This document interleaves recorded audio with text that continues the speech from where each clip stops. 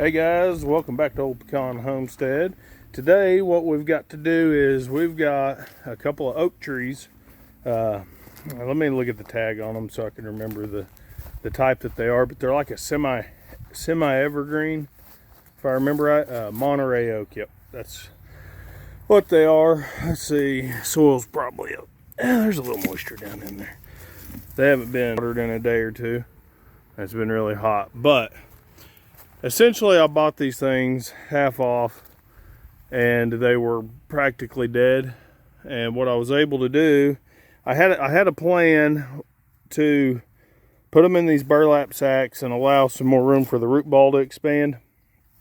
The problem is the burlap sacks have already rotted because of fertilizing. So these things had a bunch of burned up leaves and they were like I said, dying, and I looked it up and it was most likely fungus.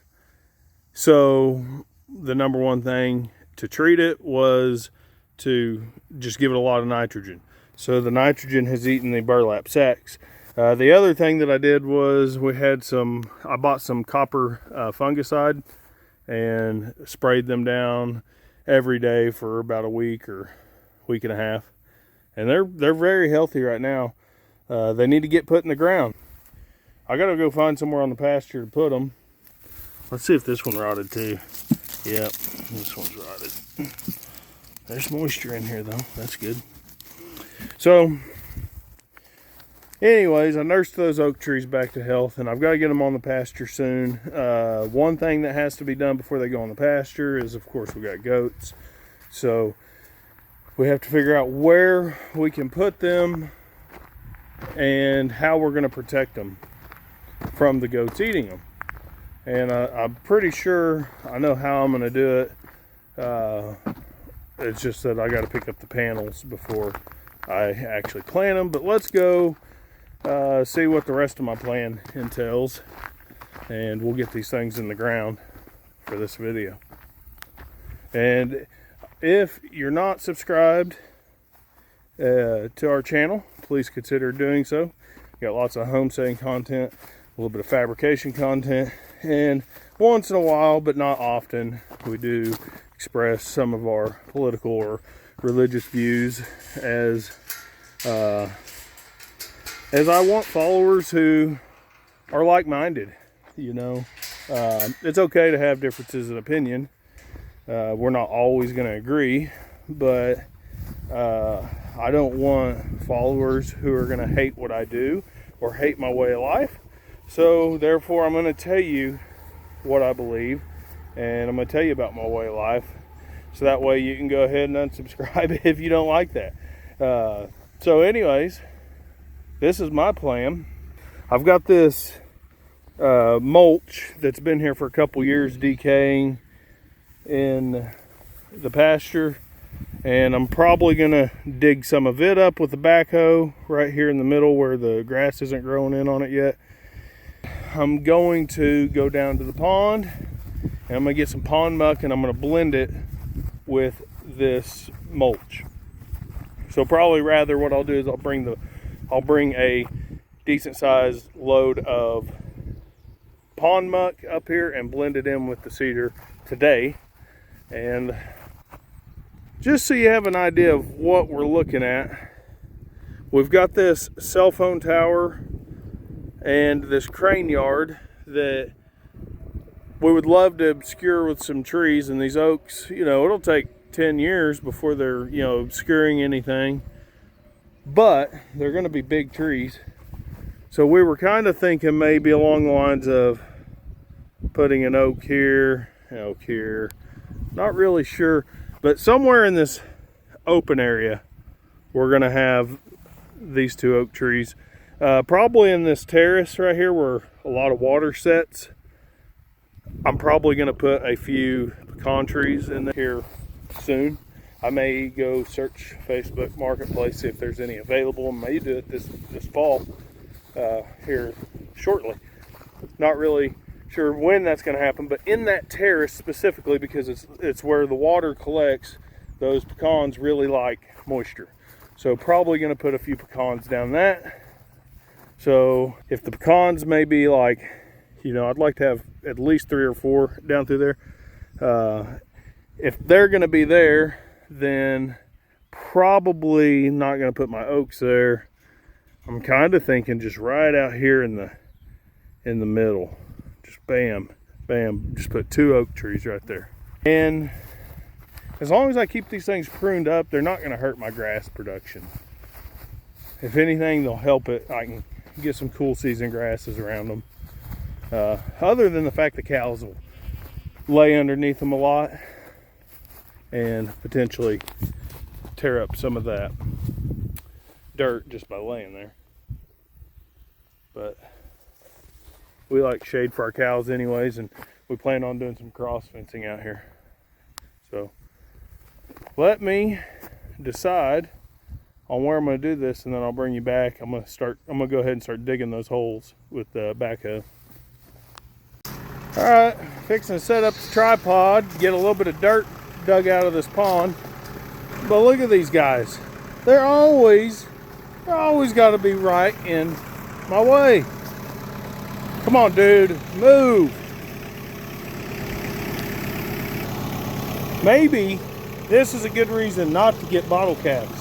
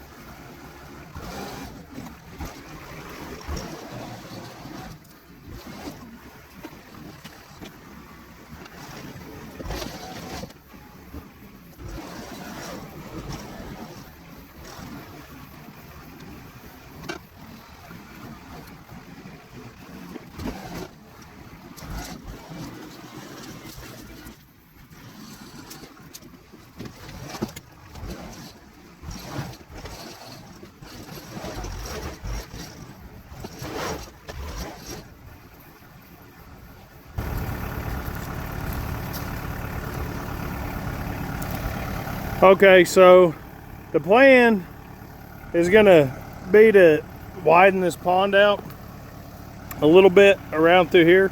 So taking a little extra topsoil with me is not gonna hurt me right here. So I just really wanted to get that muck picked up pretty decent. I have been just spreading the muck out on top of the ground to get rid of it.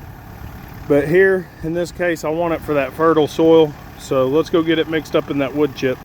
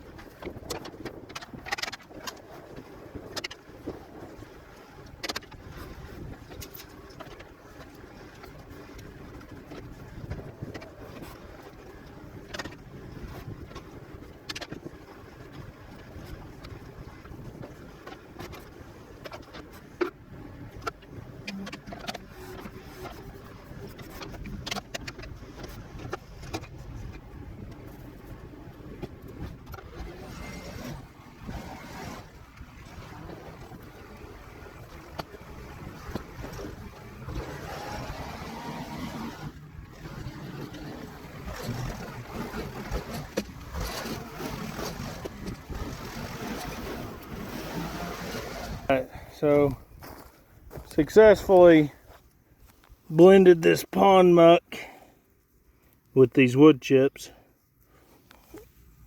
And these wood chips smell good. Look how well they've broken down. Of course, I just added a bunch of dirt to them, but that's some dang good soil right there.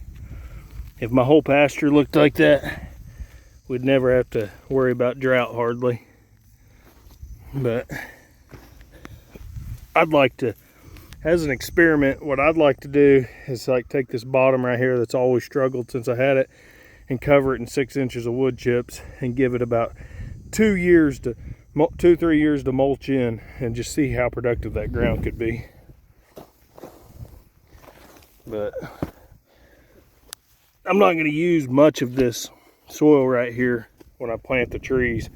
I just want to be able to use some of it. So that was the point in putting the pond muck in there, just to make it slightly more fertile and more of a soil than a mulch, so that I could pack the tree in with it. Or not necessarily pack, but plant the tree. Fill the hole around the root ball and whatnot. And mulch on top of it, of course. So let's go get those holes dug.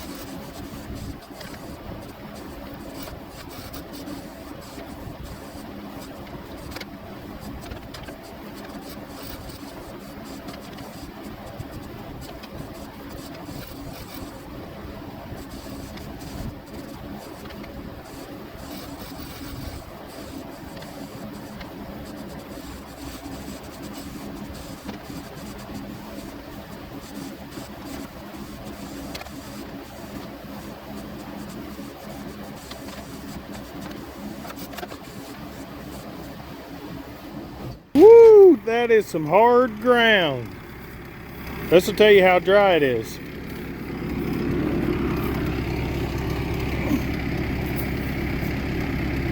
Look at the shiny mark.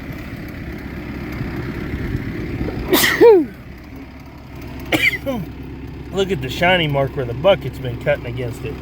You know, I can actually feel a little bit of moisture in there. It's clay. Hard clay. Look at that. Looks like stones coming out of there. That's just simply clay though. Golly. Talk about some compacted soil. But guys, it's dug. If I got all the dry crumbs out of there, it'd be knee deep. That's plenty deep for my tree. Probably actually gonna have to fill that up a little bit. But I'm gonna put one here, and we're gonna put some panels around it to keep the goats off of it. And then we're probably gonna go down here about 60 feet. So measure this. 1, 2, 3, 4, 5, 6, 7, 8, 9, 10, 11, 12, 14, 17, 18. Yep, about right here. And we're gonna plant the other one. We're gonna put them about 60 feet apart. Might come back with, once these are tall enough that the goats can't kill them, I might come back and put a couple, pull the panels, put a couple fruit trees in between it. Let the fruit trees grow up. Keep them trimmed so that the goats can't get to them, and then once they're tall enough, then persimmons down there. Then they can keep them trimmed up like that, nice and pretty. It won't kill my fruit trees either. So let's go get the tree and get it planted.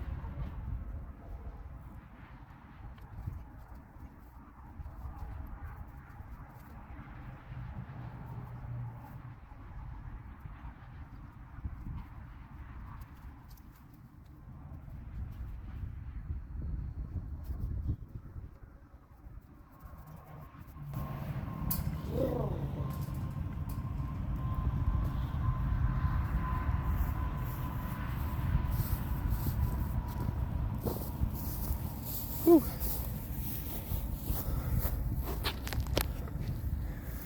Yeah, not too bad. 30 minutes to plant the tree. Alright, this one is more or less completely flush with the ground. I kind of thought I had it a little bit higher, but I'm kind of planting on a slope here, so I think that might have played tricks on me a little bit. But I don't think it's too deep where it's going to hurt it.